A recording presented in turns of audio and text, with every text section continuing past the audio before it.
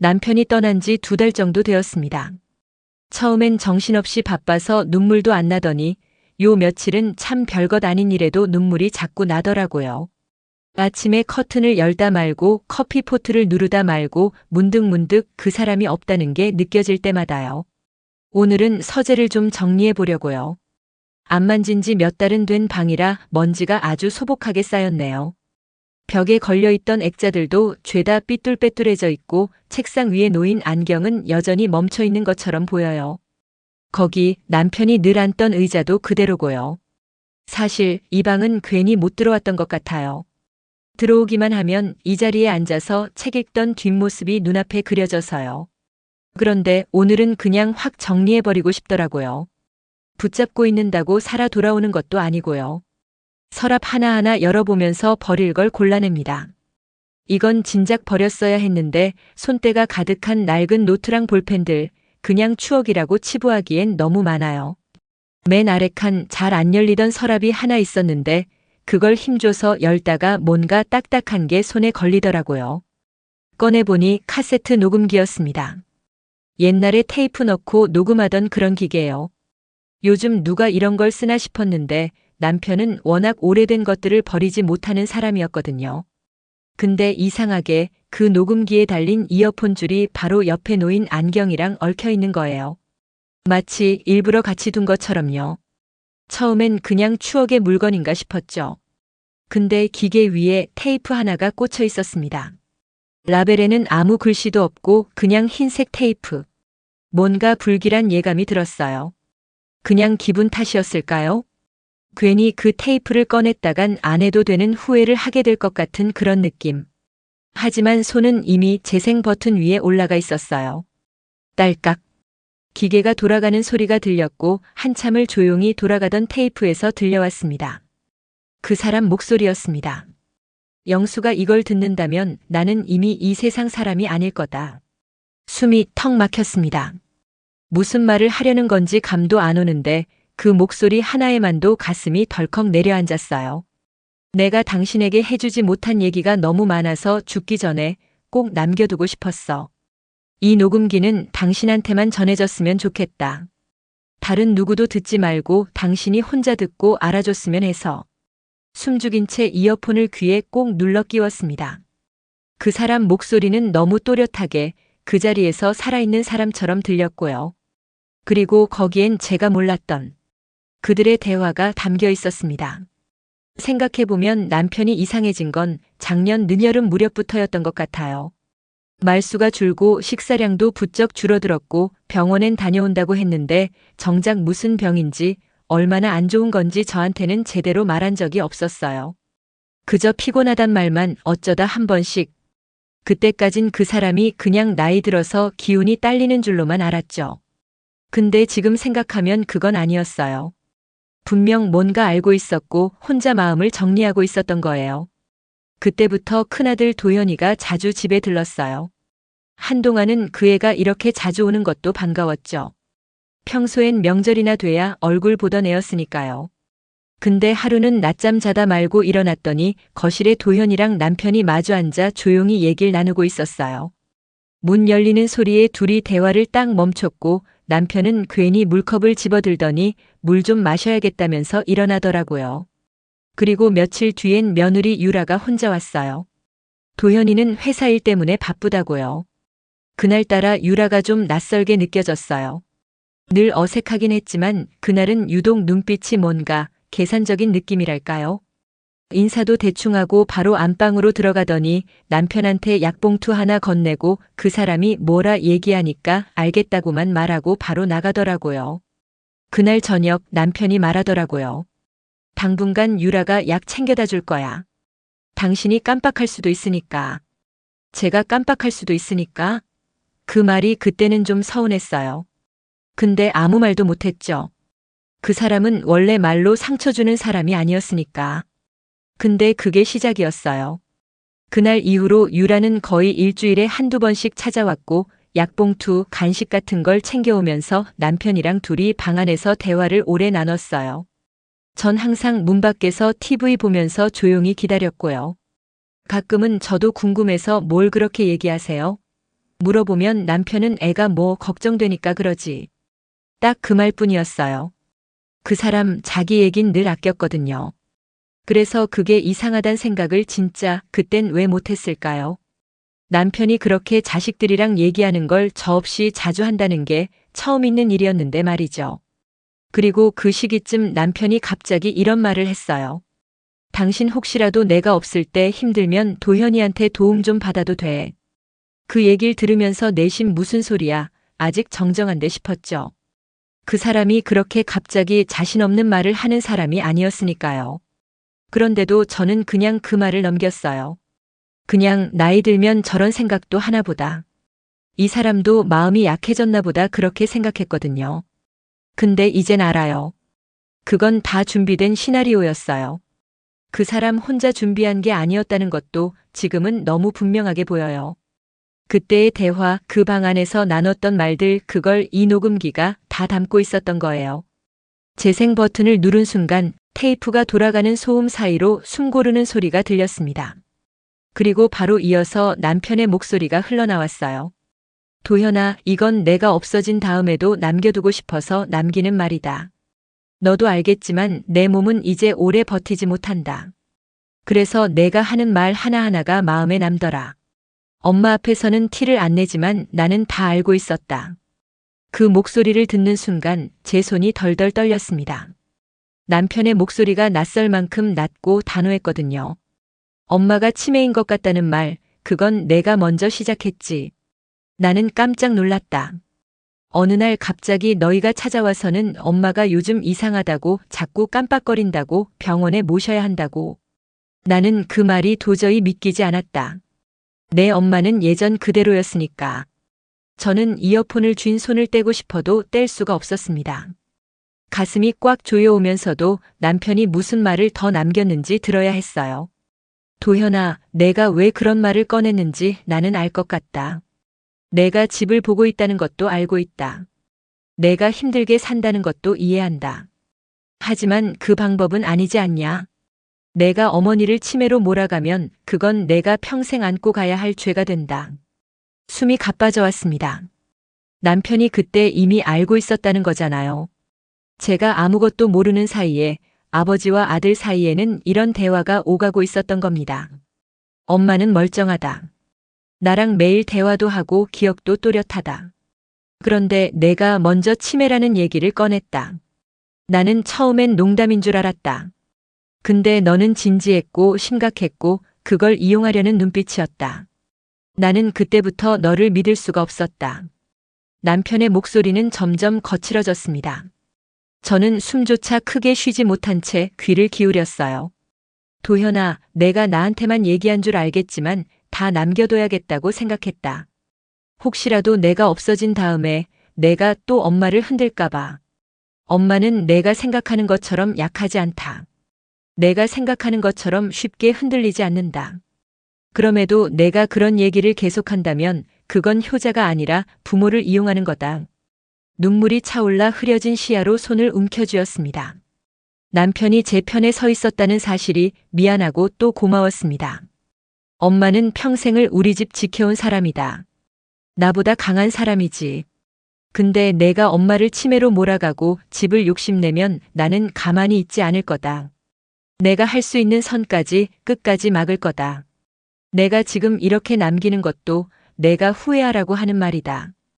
그 목소리는 분노와 슬픔이 섞여 있었습니다. 제 심장은 쿵쾅거리고 손끝은 얼어붙은 것 같았어요. 도현아, 내가 어떤 마음으로 그랬는지 어렴풋이 짐작한다. 돈 때문이겠지. 집 때문이겠지. 근데 그 집은 내가 건드릴 수 있는 게 아니다. 엄마가 평생 손에 물집 잡히며 지켜온 집이다. 내 아버지인 나는 그 사실을 누구보다 잘 안다. 그러니까 함부로 욕심내지 마라. 거기서 한동안 남편의 목소리가 끊겼습니다. 녹음기 돌아가는 소리만 이어졌는데 그 침묵조차 제 가슴을 짓눌렀습니다. 그리고 마지막으로 짧은 한마디가 더 흘러나왔습니다. 도현아, 널 믿고 싶었다. 하지만 내가 엄마를 속이려 든 순간부터 내 마음은 이미 무너졌다. 저는 그 말을 듣는 순간 숨이 턱 막히고 말았습니다. 손끝에서 녹음기가 미끄러질 뻔했고 귓속에서는 남편의 낮고 무거운 숨소리만 메아리처럼 울렸습니다. 남편의 말이 끝나고 테이프가 딸깍거리며 돌아가는 소음만 들렸는데 곧 이어서 다른 목소리가 흘러나왔습니다. 며느리 유라의 목소리였습니다. 어머님 치매로 몰아가면 되잖아. 아버님도 약해졌고. 그 순간 심장이 철렁 내려앉았습니다. 숨을 들이마시는 것조차 힘들었고 제 귀가 잘못된 게 아닐까 싶었습니다. 그런데 이어서 들린 목소리, 분명 제 아들이었어요. 유산은 집 밖에 없으니까 그거만 정리하면 돼. 제 손끝이 차갑게 굳어버렸습니다. 이건 더 이상 오해가 아니었어요. 내가 내 두 귀로 분명히 들은 말, 내 자식의 목소리였으니까요. 녹음기 속 며느리 목소리가 다시 이어졌습니다. 아버님이 예전 같지 않으시잖아. 그러니까 이제는 문서만 있으면 돼. 치매 진단서 하나만 확보하면 어머님은 결정권이 없으실 거야. 아들은 낮게 웃으면서 이렇게 말했습니다. 그래도 아버지가 눈치채면 곤란하니까 약은 내가 챙겨. 엄마가 직접 약 타러 다니고 사람들 만나면 멀쩡하다는 얘기만 돌 테니까. 숨이 멎을 것 같았어요. 제가 지금 뭘 듣고 있는 건지, 이게 정말 내 아들이 맞는지. 정유라는 목소리를 낮추며 덧붙였습니다. 걱정 마. 기록은 내가 정리해 둘게. 어머님은 금방 흔들리실 거야. 그 말에 아들은 짧게 대답했습니다. 알았어. 그럼 조만간 정리하자. 이 집만 정리되면 숨통 트이니까. 그 순간 제 입에서 억눌린 신음이 새어나왔습니다. 어떻게 그럴 수가 있죠? 자식이, 며느리가 내 눈앞에서 늘 예의 바른 척 웃던 사람들이 내 뒤에서는 이런 말을 주고받고 있었다니요. 녹음기 속 두 사람의 대화는 멈추지 않았습니다. 도현아, 서류 같은 건 내가 알아볼게. 보험 설계사 아는 사람 있으니까 치매 특약 걸어두면 자연스럽게 넘어갈 거야. 아들은 대답했습니다. 좋아. 그럼 엄마는 요양원에 보내고 아버지는 내가 설득할 테니까 너는 서류만 준비해. 순간 제 머릿속이 하얗게 비어버렸습니다. 이건 단순히 말이 아니었어요. 이미 구체적인 계획이었고 치밀하게 굴러가고 있던 일이었습니다. 그동안 내가 멍청하게 웃으며 식탁에 앉아 있었던 시간들이 전부 우스워지는 순간이었어요. 내가 믿고 기대고 살아온 가족이라는 이름이 이토록 차갑고 잔인하게 돌아설 줄은 상상도 못했습니다. 테이프는 잠시 잡음 섞인 소리를 내더니 다시 짧게 아들의 목소리를 흘렸습니다. 유라야, 절대 티내지 마. 엄마 앞에서는 그냥 효도하는 척만 해. 조금만 참으면 다 우리 거야. 그 말에 정유라가 낮게 웃으며 대답했습니다. 알아. 걱정 마. 어머님은 결국 우리 손 안에서 벗어나지 못하실 거야. 순간 제 손에서 녹음기가 떨어질 뻔했습니다. 하지만 그럴 수가 없었어요. 떨리는 손으로 다시 꼭 쥐고 끝까지 들어야만 했습니다.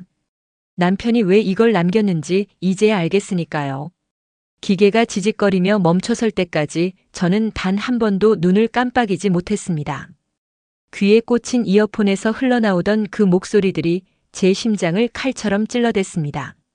그리고 마지막 아주 짧게 들린 남편의 숨소리. 아마도 몰래 녹음을 켜놓고 방 구석에 두었던 모양이었어요. 남편은 아마 이 대화를 끝까지 들으면서 제게 전해주려고 했던 거겠죠. 저는 숨을 들이켜며 속으로 말했습니다. 여보, 당신이 그때 왜 그렇게 힘들어했는지 이제야 알겠어요. 이걸 나 혼자만 알게 두려고 했던 거군요. 손끝이 얼얼하고 가슴은 무겁게 내려앉았습니다.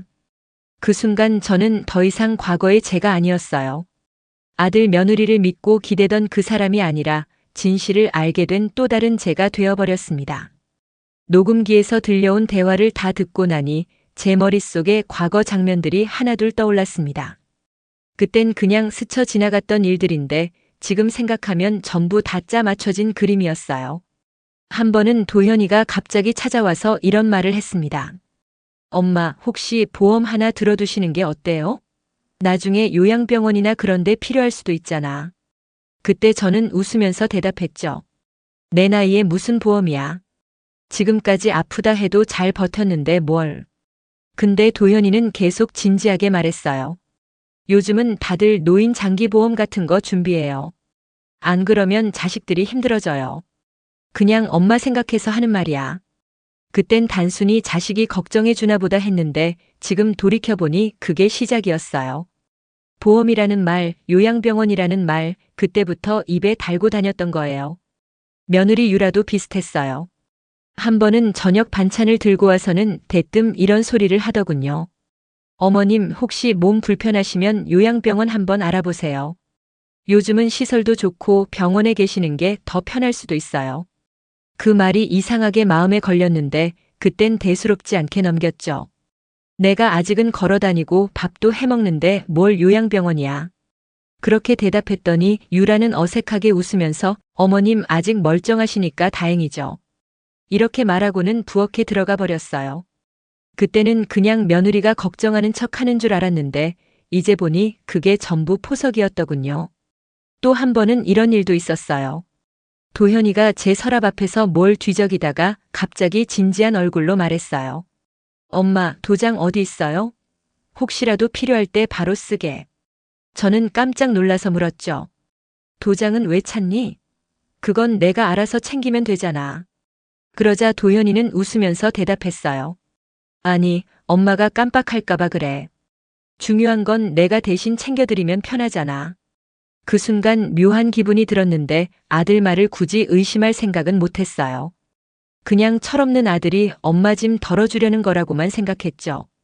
근데 지금 생각하면 그 도장 얘기가 전부 시작이었어요. 보험, 요양병원 도장. 그때마다 제가 에이, 별일 아니겠지 하고 넘겼던 게 다 제 무지였던 거예요. 남편이랑 둘이 살 땐 이런 말을 들어본 적이 없었거든요. 근데 그 사람이 아프기 시작하자마자 아들 며느리가 돌아가면서 그런 말을 하기 시작했어요. 지금 돌이켜보면 전부 연결돼 있던 거죠. 그때 내가 멍청했던 걸까, 너무 믿은 걸까? 저는 숨을 고르며 중얼거렸습니다. 그때 조금만 더 의심했더라면, 그때 단 한 번이라도 물어봤더라면 이 지경까지 오진 않았을 텐데 말이에요.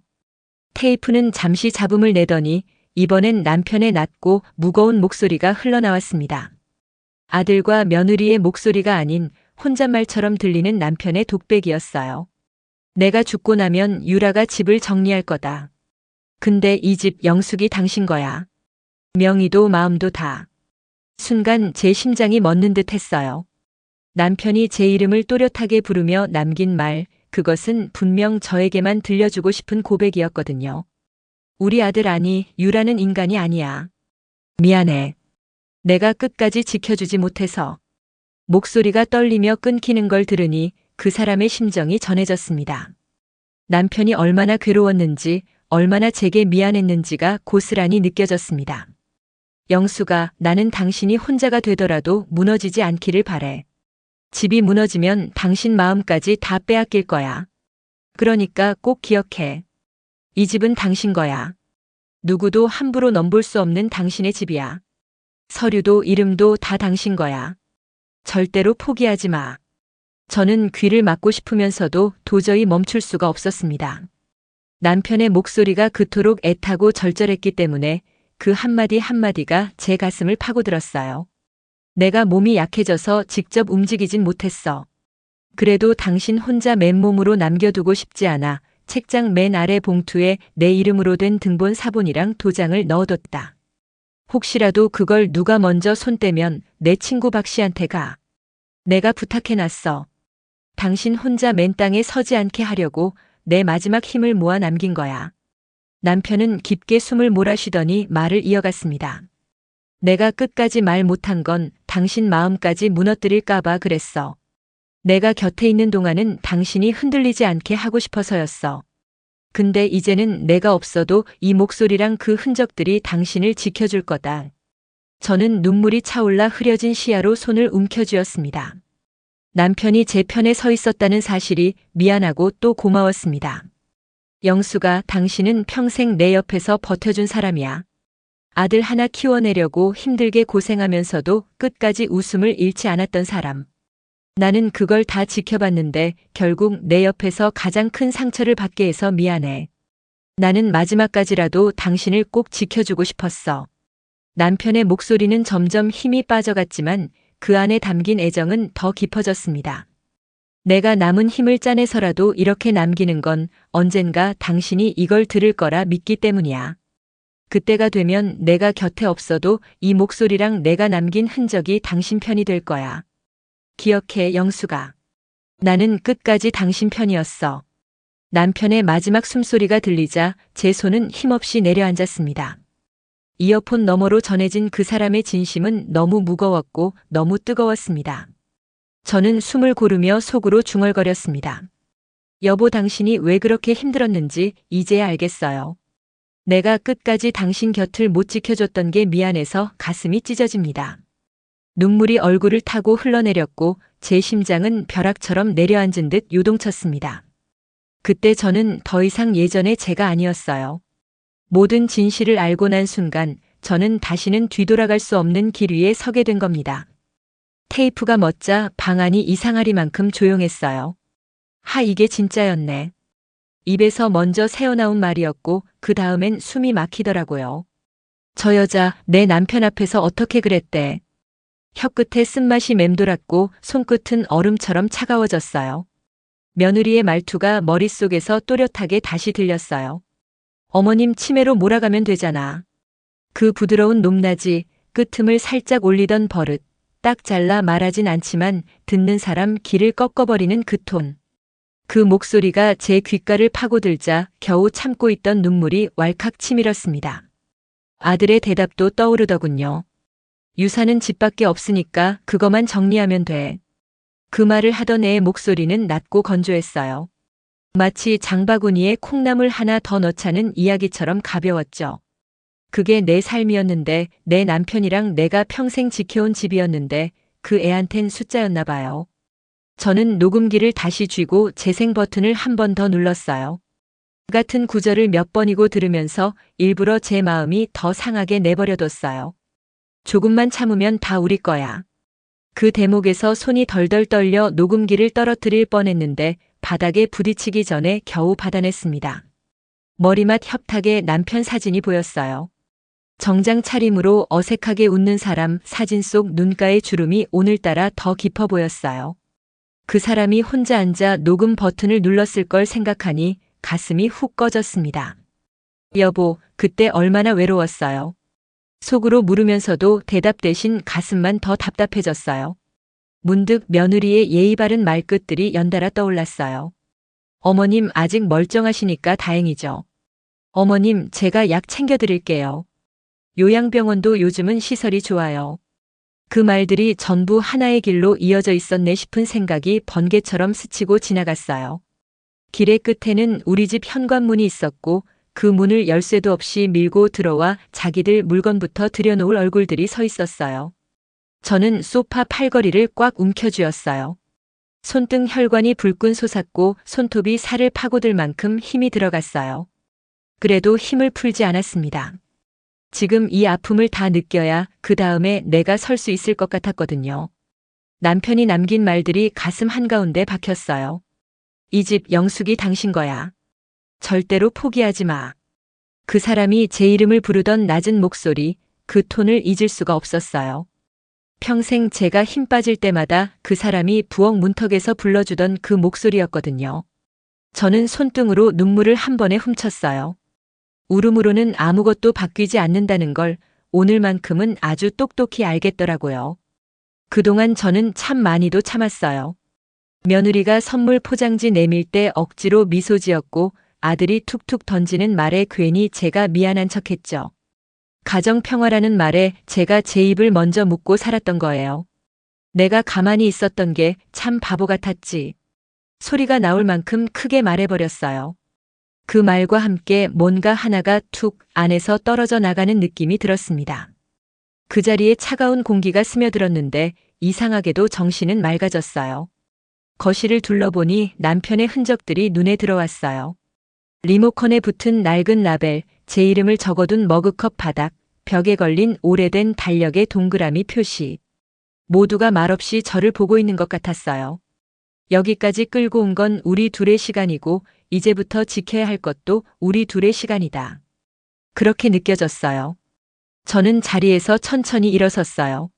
무릎에서 소리가 났지만 붙잡지 않았습니다. 오늘은 기대고 싶지 않았어요. 제 발로 서고 싶었어요. 방 안 공기가 바뀌었어요. 아까까지만 해도 녹음기 소리에 눌려있던 숨이 이제는 깊게 들어오고 길게 나갔어요. 심장이 쿵쿵 또렷하게 뛰는 소리가 귓속에서 아니라 가슴 한가운데서 들렸습니다. 남편의 마지막 한마디가 다시 귓가를 스쳤어요. 나는 끝까지 당신 편이었다. 그 말 뒤에 제가 붙이고 싶은 말이 생겼어요. 여보, 이제는 내가 내 편이 될게요. 입 밖으로 꺼내지 않고 마음속에만 또렷하게 새겼어요. 창밖을 보니 해가 기울고 있었어요. 붉은 빛이 거실 바닥을 길게 긋고 지나갔고 그 선 끝에 녹음기가 놓여 있었어요. 저는 한 번 더 그 위에 손을 올렸습니다. 손바닥이 따뜻해질 때까지 조용히. 머릿속에서 며느리의 말투가 마지막으로 한 번 더 스쳤어요. 끄트을 위로 올리며 웃던 그 얄미운 호흡, 겉으론 공손한데 속으로는 이미 결론을 내려놓은 사람의 말. 그걸 또 떠올리자 이가 꽉 다물어졌고 입가가 저도 모르게 한 줄로 굳어졌어요. 다시 풀지 않았습니다. 이제 알겠어요. 내가 믿었던 건 가족이 아니라 내가 만든 환상이었어요. 그 환상 때문에 제 등을 제가 먼저 내줬던 거예요. 이제 그 짐을 벗을 겁니다. 벗어야 숨을 쉬니까요. 나는 천천히 숨을 들이켰어요. 그리고 속으로 말했어요. 여기까지 울었으면 됐다. 이제 그만. 내 목소리가 내 안에서 단단하게 울렸고 그 울림이 서서히 온몸으로 퍼졌어요. 거실 시계 초침이 또렷하게 들렸어요. 한 칸 한 칸 앞으로만 가는 소리. 저도 그 소리를 따라 한 발짝 내디뎠습니다. 뒤를 돌아보지 않았어요. 오늘만큼은 절대로. 햇살이 서늘하게 들어오던 아침이었어요. 남편이 떠난 뒤 처음으로 무언가 결심한 얼굴로 거울을 봤던 날이었습니다. 저는 그대로 외투를 걸치고 낡은 가방 하나 들고 집을 나섰어요. 가방 안엔 남편이 남긴 녹음기와 수첩, 등본 복사본이 있었고요. 저는 곧장 그 사람을 찾아갔어요. 남편이 마지막까지 믿었던 사람 박씨. 급하면 박씨한테 가. 그 말이 며칠째 머릿속을 맴돌고 있었거든요. 수리점 문을 열자 익숙한 종소리가 울렸고 박씨는 조용히 고개를 들었어요. 아무 말 없이 내 얼굴을 보고는 자리에서 천천히 일어났습니다. 이제야 오셨네. 그 말에 가슴이 쿵 내려앉았어요. 제가 꺼내기도 전에 그 사람은 알고 있었던 거죠. 저는 인사를 하며 천천히 의자에 앉았어요. 가방을 열어 녹음기와 수첩을 꺼냈고 테이블 위에 하나씩 올려뒀어요. 이거 그 사람이 남겼어요. 수첩엔 집 등본도 있었고요. 박 씨는 녹음기를 조심스럽게 집어들었습니다. 그리고 조용히 고개를 끄덕였어요. 정식이가 재수 씨한테 끝까지 말은 안 했지만 이거 들고 올 거라고 했어요. 아마 겁날 거라고. 망설이다가 언젠가는 올 거라고. 그 말에 입을 다물 수밖에 없었어요. 괜히 늦게 온 것 같아 마음이 조금 아렸어요. 그 사람 뭐까지 말했나요? 자식들 얘기, 아픈 얘기, 집 얘기 다요. 단 한 번도 원망은 안 하더군요. 대신 부탁만 했어요. 재수 씨가 혼자 남겨졌을 때 이걸 지켜달라고. 눈물이 살짝 고였지만 꾹 참았어요. 그럼 어떻게 해야 할까요? 박 씨는 기다렸다는 듯 수첩을 다시 펼치더니 말했어요. 일단 변호사부터 만나야 해요. 미리 얘기해놨어요. 이 상황이 올 줄 알고. 조용히 도와줄 사람입니다. 저는 망설이지 않았어요. 지금 갈게요. 주소 알려주세요. 그 길로 박 씨가 적어준 명함 하나를 들고 변호사 사무실을 찾았습니다. 사무실은 작고 조용했어요. 상담실로 들어서자 변호사는 말없이 제 앞에 앉았고요. 저는 남편이 앓던 병, 아들과 며느리가 보여온 태도, 녹음기의 내용 일부까지 또박또박 이야기했어요. 변호사는 묻지 않았고 메모도 많지 않았어요. 그저 제 말을 끝까지 듣고 난 뒤 서류들을 조심스럽게 넘겼습니다. 증여 변경은 없고 주택 명의도 현재는 문제 없습니다. 하지만 앞으로 누군가가 위임장을 위조하거나 인감도장을 악용할 가능성이 있으니 지금부터 조치하셔야 합니다. 제가 할 수 있는 게 뭐가 있을까요? 우선 인감은 절대 손에 쥐지 못하게 보관하세요. 그리고 위임하지 않겠다는 확인서를 저희가 작성해서 남겨드릴게요. 이상한 문서가 돌아다니면 바로 대응합니다. 저는 고개를 끄덕였어요. 그제야 조금 안심이 되더군요. 이 녹음기 증거로 쓸 수 있나요? 쓸 수 있습니다. 다만 들려주는 건 마지막입니다. 가지고 있다는 사실만 알리는 게 더 효과적일 수 있어요. 그 말이 묘하게 힘이 됐어요. 다 꺼내놓지 않아도 되는 거니까요. 법적 조치는 예상보다 빠르게 마무리됐어요. 제가 해야 할 건 명확한 거 몇 가지에 사인하고 내 손으로 인감도장을 작은 금고에 옮겨둔 것뿐이었죠. 다시 박 씨를 찾았습니다. 녹음기는 재수 씨 손에 있어야 해요. 다만 틀릴 있으면 신중하게 해요. 저는 고개를 끄덕였어요. 다시 틀릴 없길 바래요. 근데 그게 제 마음대로 될지는 모르겠네요. 박 씨는 짧게 웃었습니다. 내가 봐선 재수 씨 지금 많이 단단해졌어요. 그 말에 제가 더 놀랐어요. 그랬구나. 나도 모르게 단단해진 거였구나. 집에 돌아오니 저녁 해가 기울고 있었어요. 저는 녹음기를 꺼내 책상 서랍에 넣었고 인감도장은 그 아래 작은 금고에 넣었습니다. 서랍을 잠그는 손에 망설임은 없었어요. 그리고 핸드폰을 들었어요. 도현 번호를 눌렀다가 잠시 멈췄어요. 지금은 아니었어요. 서둘 일도 아니고 감정으로 치밀어 오를 타이밍도 아니었죠. 저는 새 문자창을 열고 천천히 입력했어요. 도현아, 조만간 시간 좀 내라. 너랑 유라 둘 다 얼굴 보고 얘기 좀 하자. 아버지 얘기랑 집 얘기. 정리할 게 있다. 장소는 내가 정할게. 날짜는 다음 주쯤. 너희 둘 다 꼭 와야 한다. 문자를 보내고 핸드폰을 엎어놓았어요. 그 어떤 감정도 기대도 넣지 않았어요. 그냥 전해야 할 말만 했고 내가 준비한 걸 믿기로 했어요. 밤이 되자 남편 사진을 마주봤어요. 그 사람 눈 속엔 말이 없었지만 지금 잘하고 있다는 말이 담긴 것 같았어요. 저는 작게 중얼였어요. 당신 말대로 했어. 이제 내가 지켜볼 거야. 그리고 내 거 지킬 거야. 불을 끄고 누웠을 땐 마음이 묘하게 잔잔했어요. 내일 모레 그 다음 주. 언제든 와도 돼요. 저는 이제 도망치지 않을 테니까요. 카페에 도착한 건 제가 먼저였어요. 늦가을 햇살은 창가를 조용히 비추고 있었지만 손끝은 얼음처럼 식어 있었죠. 따뜻한 물이 담긴 머그컵을 두 손으로 감싼 채 숨을 가다듬고 있었습니다. 잠시 뒤 도현이가 문을 열고 들어왔고 그 뒤를 이어 유라도 조심스럽게 따라왔습니다. 둘 다 말없이 자리에 앉았어요. 도현이는 핸드폰을 내려놓지도 못했고 유라는 제 눈치를 먼저 살폈죠. 엄마, 뭔 일인데요? 갑자기 이런 자리를 잡으시고. 어머니, 괜찮으세요? 요즘 연락이 없으셔서 걱정됐어요. 저는 그 둘을 잠시 바라보다 가방을 조용히 열었습니다. 그리고 안에서 조심스럽게 꺼낸 녹음기를 테이블 위에 올려놨어요. 며칠 전에 아버지 서랍 정리하다가 찾은 거야. 도현의 손가락이 멈췄고 유라는 순간 고개를 떨궜습니다. 그거 예전에 쓰시던 거 아니에요? 그냥 오래된 녹음기잖아요. 그 안에 내 목소리, 유라 목소리 다 들어있어. 언제부터 어떤 얘기를 했는지, 무슨 말을 주고받았는지 아버지가 직접 녹음해 놓으셨어. 유라는 작게 숨을 들이쉬었고 도현은 입술을 다물었습니다. 어머니, 혹시 그게 뭔가 오해가 있을 수도 있는. 오해야? 치매로 몰아가면 되잖아. 아버지만 설득하면 돼. 유사는 집밖에 없으니까 그거만 정리하면 돼. 이게 오해야? 도현이 얼굴을 들었고 유라는 순간적으로 제 말을 끊으려 했지만 멈췄어요. 어머니, 그건 그냥 어머님 건강이 걱정돼서. 걱정됐으면 말로 했어야지. 그렇게 뒷구멍으로 나를 이상한 사람 만들고 도장 달라고 하고 요양병원 얘기하고. 그게 걱정이야? 도현이 말을 덧붙였어요. 엄마, 저희가 그걸 정말 하려던 건 아니었어요. 그냥 혹시 모르니까 대비 차원에서. 대비? 내가 치매라도 걸릴 걸 대비해서? 아버지 돌아가시기만 기다리면서 내가 헛소리 좀 하면 얼른 병원 보내고 집부터 정리하려고. 유라는 당황한 듯 입을 다물지 못했고 도현은 말없이 고개를 떨궜습니다.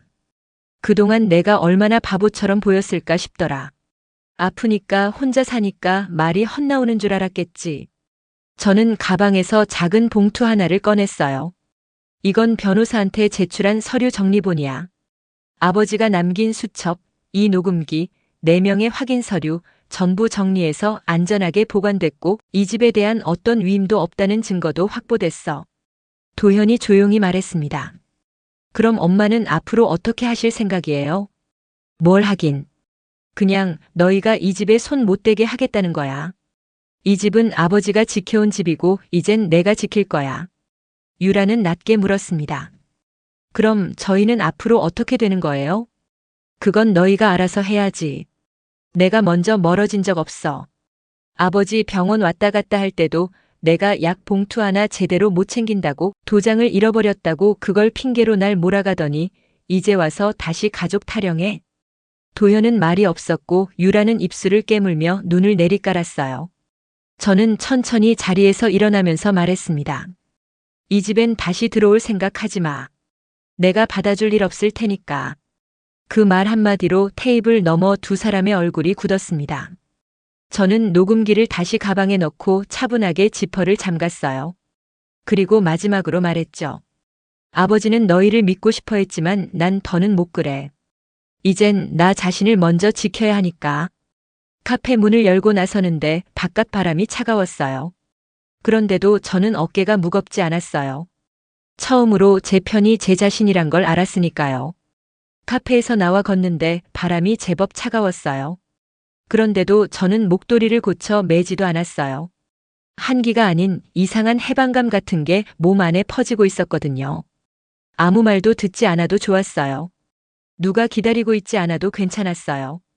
마음 안에서 뭔가가 뚝 하고 끊어졌는데 그게 무너짐이 아니라 정리된 기분이었어요. 그날 밤 저는 아무것도 켜지 않은 거실에 앉아 있었어요. 불도 TV도 없이 그냥 정적 속에 가만히. 그렇게 있자니 문득 남편 목소리가 다시 떠오르더군요. 영수가 너무 참지만 마. 너도 너를 좀 지켜. 이제 와서 그 말이 이렇게 선명하게 박힐 줄은 몰랐어요. 그땐 그게 위로였는지 사전 경고였는지도 몰랐는데 지금은 알겠어요. 그 사람은 마지막까지 저에게 스스로를 지키라는 말을 남기고 있었어요. 며칠이 지나고 박 씨에게 전화가 왔어요. 서류가 잘 정리됐다고 변호사도 별 문제 없이 진행됐다고요. 그 말을 듣고도 저는 네 하고 짧게만 대답했어요. 생각보다 허무하지 않았어요. 억울함도 미련도 없었어요. 다만 조금 오래 걸렸을 뿐이에요. 내가 내 편이 되는 데까지. 저는 요즘 아침마다 창문을 엽니다. 습관처럼 여는 그 창문 너머로 예전과 똑같은 풍경이 보이는데 이상하게 다른 세상처럼 느껴져요. 달라진 건 사실 하나도 없어요. 아직도 혼자고 아직도 옆집 개는 시끄럽고 여전히 방마다 그 사람의 물건은 그대로 있어요. 근데 제 마음만 달라졌어요. 이젠 혼자라는 게 덜 무섭습니다. 지킨다는 게 덜 외롭습니다. 그렇게 하루를 보내고 저녁이 되면 거실 불 하나만 켜두고 앉아요. 예전엔 그게 쓸쓸해 보였는데 지금은 그 불빛이 저를 감싸주는 것 같아요. 그리고 매일 저녁 녹음기를 한 번씩 꺼내봅니다. 틀진 않아요. 그냥 꺼내서 가만히 쳐다보기만 해요. 남편이 남긴 그 녹음기는 이제 저에게 증거가 아니라 약속 같아요. 끝까지 지켜보겠다는. 그래서 저는 틀지 않아도 돼요. 그 안에 무슨 말이 있었는지 이젠 저도 다 기억하니까요. 하루는 박 씨가 이런 말을 했어요. 사람이 혼자서 다 이겨낸다는 건 불가능한 일이에요. 근데 그걸 혼자라도 괜찮다고 느끼는 순간이 와요. 그땐 혼자가 아니라 견디는 사람인 거죠. 그 말을 듣고 저는 고개를 끄덕였어요. 맞아요. 저는 이제 견디는 사람이에요. 그리고 그걸로 충분합니다. 아무도 몰랐을 거예요. 이 조용한 집에서 누군가가 그렇게 오랫동안 혼자 울고 있었는지. 하지만 이젠 아무도 몰라도 괜찮아요. 왜냐면 저만은 기억하고 있으니까요. 그리고 저만은 잊지 않을 거니까요. 그 사람의 목소리, 그 사람의 선택, 그리고 저 자신. 저는 오늘도 거실에 불을 켜고 앉아 있어요. 아무도 모르게 조용히 그리고 단단하게. 오늘도 마흔 이후 사람 공부와 함께 해주셔서 감사합니다. 이 이야기가 여러분 마음에 작은 울림이 되었다면 좋아요와 구독 그리고 알림 설정 부탁드립니다. 다음 시간에는 또 다른 인생의 이야기로 당신의 하루의 따뜻한 동행이 되어 드릴게요. 감사합니다.